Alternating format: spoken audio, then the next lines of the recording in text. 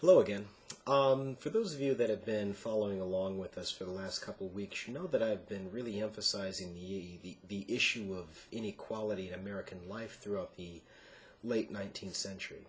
And one of the things that I'm hopeful that you can come to the realization of by this time is that there are very few things in American life in the late 19th century that are just random, accidental, indiscriminate when it comes to the institution that is inequality.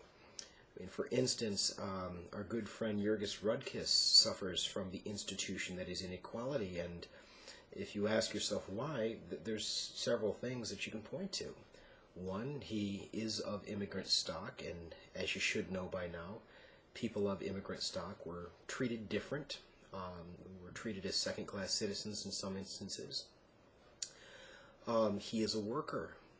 You're talking about a time period where the factories, where the job sites were not regulated by the federal government, and therefore industrial accidents could and did happen quite regularly. That's to say nothing of the long hours and or pitifully low wages that were paid to people. Today what I want to talk about is a similar issue. We will talk about inequality, but we also are going to talk about the development of the Great Plains, the West. Thus far, we've really been emphasizing what's happening primarily in the East, and in particular places like Chicago and New York. Yeah, I talked a little bit about the New South, and we talked about the economy of the South to some extent, but for the most part we've been talking about urban northeastern America. So for right now I want to turn our attention to the West. And throughout much of the early 19th century, what most people considered, what is now considered the Great Plains, most Americans considered the Great American Desert.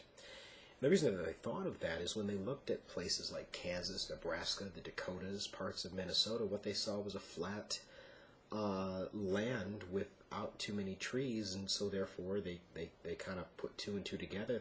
They thought this must not get a whole lot of rainfall, and they were right in that respect. But what they had not anticipated was, that was one of the most complex ecologies, environments, climates that has ever been witnessed in the history of mankind. So we'll talk a little bit more about this great American desert and how it transforms into a great American Garden of Eden in just a few minutes. But for the time being, what I'd like to do is talk a little bit about this issue of the frontier thesis. Now, the frontier thesis was a paper that was presented by a guy named Frederick Jackson Turner in Chicago.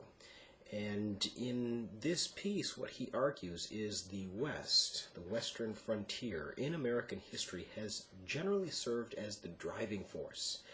In other words, it is what's driving America politically, economically, socially. I'll give you a really good for instance.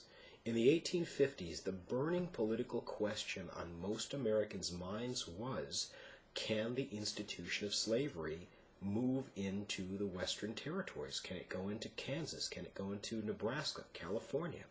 So you can see where Frederick Jackson Turner was going with this idea of the frontier thesis. It's obviously a driving force economically, and if you think about it, as far back as Jamestown, one of the things that happens after the discovery of the tobacco crop is English immigrants spread across that part of the Chesapeake with a voracious appetite for land. And ultimately, it's the push inward toward the West ever since. Okay. Now, if you want to talk about what's driving the West in the late 19th century, just like we were talking with industry in the East, it can be boiled down to the railroads. Okay. As the railroads spread west from Chicago, eventually hooking up with San Francisco and the Transcontinental Railroad in 1869, they brought people with them. Okay? Now, understand, some of these people had been brought there to work on the railroad, and so there was that, but you were also having people, immigrants from the East, that are being brought into the West by these railroads. Now, it's not all that well known of a fact that the federal government played a very heavy role in subsidizing the construction of the railroads. And if you think about it, I mean, the railroads were very expensive to build, and you were not going to get your investment back very quickly. And so this entity, that is the Transcontinental Railroad, was very useful in the grand scheme of things, but it wasn't really something that private industry or private entrepreneurship was going to produce on its own. So what the government did was, in addition to providing some loans, they also provided free land for any railroad companies that would be willing to construct a railroad that was moving east to west. Now, understand that this is railroads that have been given this land, but at the same time, you've got land that is not being used, that's owned by the railroad. So now what you're seeing is a situation where many of these railroad companies are beginning to sell their land off. And they're selling them very, very cheap to land-hungry Americans back in the East or even outside of the United States. And the reason that they're selling it so cheap is because it's all profit. So anyway, this is another example as to how the West, the Great Plains, I guess I should say, become settled on the railroads. Now, there's another dynamic to all of this, and that would be the Homestead Act of 1862. In an attempt to get more and more Americans working out on the plains, what the government offered was 160 acres of free land. Free land for anybody that was willing to live on the land. You couldn't own it in New York and claim it from there. You had to actually live on it. You had to build a house upon it. It really didn't matter if it was a sod dugout or a mansion, as long as it was a dwelling that pretty much satisfied that requirement as far as the government was concerned. And you had to work on it. It could be a farm, it could be a ranch, I mean, whatever it was, you had to produce something. Because keep in mind, the government's not issuing this Homestead Act out of the kindness of its heart. It's basically doing so to help grow the economy.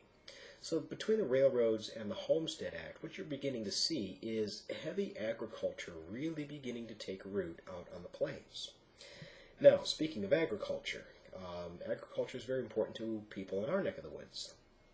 Cattle ranching was not exactly a lucrative industry to involve oneself in before the 1870s. But after 1877, after the Missouri Central Railroad managed to make its way as far south as Fort Worth, all of a sudden these ranchers had the ability to raise their stock, move it over to Fort Worth, put it up on flatbeds and ship it up to North so that Jurgis Redkisson can turn it into finished, manufactured, ready-to-consume food. Now, I'm hopeful that you can understand that all of these things are coming together. They're all, revolving around the railroad institution, very similar to how steel and coal production back in the East revolves around railroad expansion.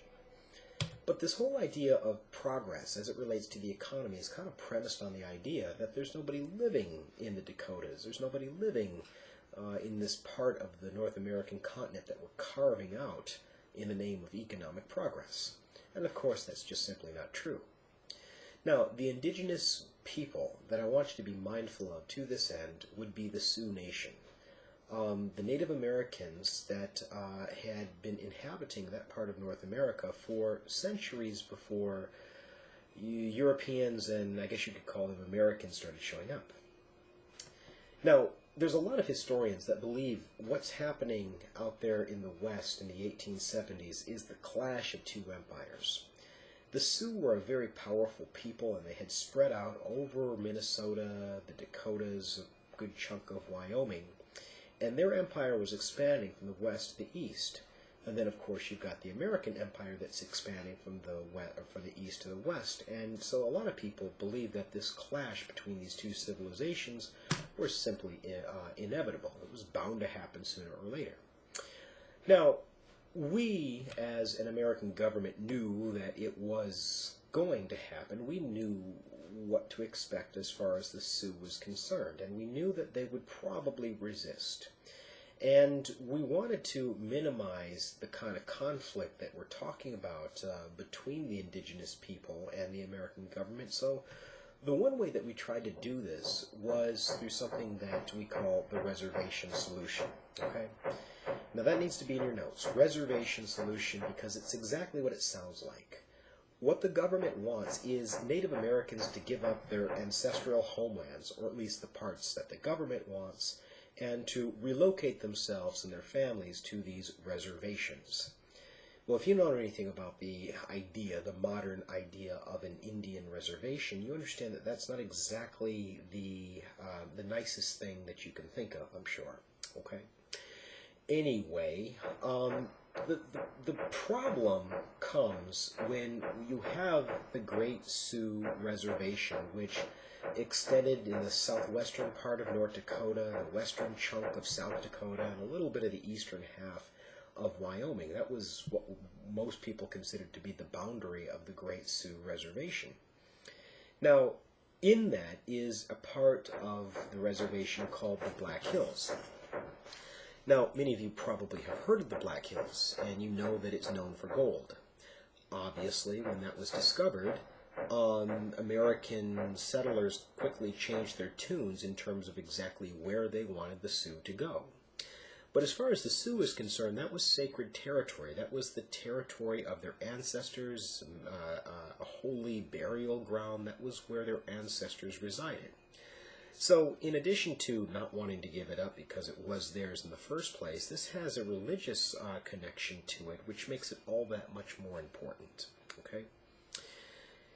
So, what we see the government do is dispatch a guy from Washington, a guy by the name of George Armstrong Custer, who is in charge of dealing with this Sioux resistance. And what Custer does, in short order, is basically cut himself off from his supply lines, his communication lines, and he dives headlong into what he considers to be a slam-dunk military victory. They're eventually surrounded by Sioux warriors, and over the course of time, each member of his unit, the 7th Cavalry, was killed. The Battle of Little Bighorn, as it came to be known, was a very bittersweet moment in the history of Native America.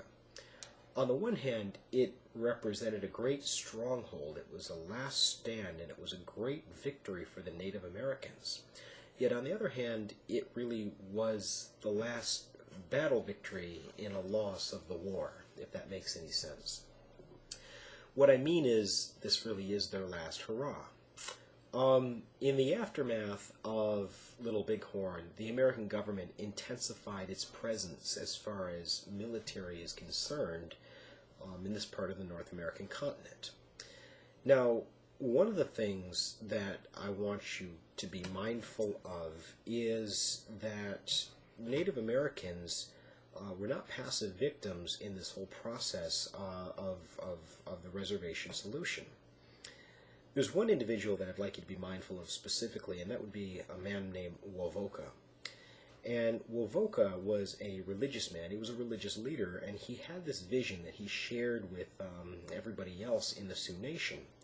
And the vision emphasized that if you sang and danced and came together as a group, that would signal the spirits, and they would help wipe the white people off of their land. And so all across the Great Sioux Nation, what you saw was this dancing. And this very much alerted the powers that be, that were military officials in this part of the country, who requested more and more backup. Enter into our conversation the Wounded Knee Massacre. There was a group of Sioux that were ordered to disarm along the banks of the Wounded Knee Creek.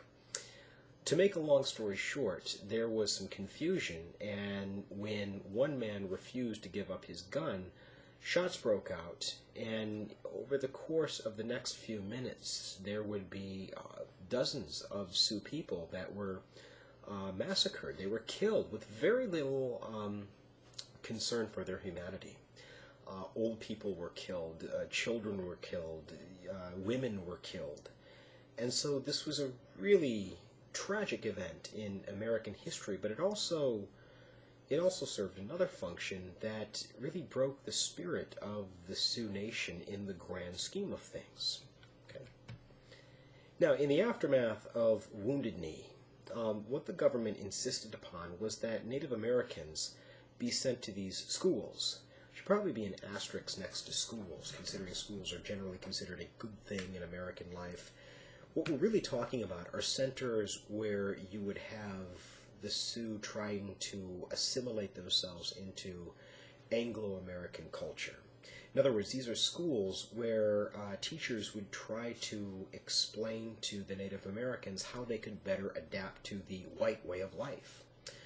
Now, if you look at some of the images that I've uploaded for you in this week's folder, you can see that there are heavy patriotic overtones that are involved in this. If you take a look at that slide entitled Undermining Tribal Culture, most of the Native Americans have given up their traditional tribal fashions, meaning they're dressed like white people. And in 1887, we get one of the most racist, draconian laws in American history, something called the Dawes Severity Act, or just plain Dawes Act. What this law said was, if the President of the United States wanted to purchase Native American lands, he could do so, even if the Native Americans did not want to sell him that land. Furthermore, it told the Native Americans that in certain instances they could in fact hold on to their territories, but they would have to give up their tribal way of life, their Native American culture in terms of doing so. So whether it's through military suppression or cultural imperialism, trying to teach Native Americans how to live more like white people, or whether it's just by legal coercion like the Dawes Act, what you're seeing is a very explicit attempt on the part of the government to control the lives of Native Americans. And this is all being done in the name of economic progress. Again, probably should be an asterisk next to the word progress, considering it's progressive for some, not so much for other people. But just like Jurgis Rudkis, Native Americans are the victims of this circumstance in the sense that they were an indigenous population that was in many ways obstructing the progress of the railroad, progress of big agriculture, progress of heavy mining, and in that respect, they don't exactly get the blessing of the federal government. As a matter of fact, in most instances, you could make a case that the government's being used against them. So, just like what we've talked about in the East, what's going on in the Great Plains, as it relates to inequality, is anything but random, it's anything but indiscriminate, and it's anything but accidental. Now, the next presentation that we have for you is the development of the economy on the far west. I'm talking about Oregon country and, of course, California. So that's where we'll pick it up the next time you tune in. Thanks.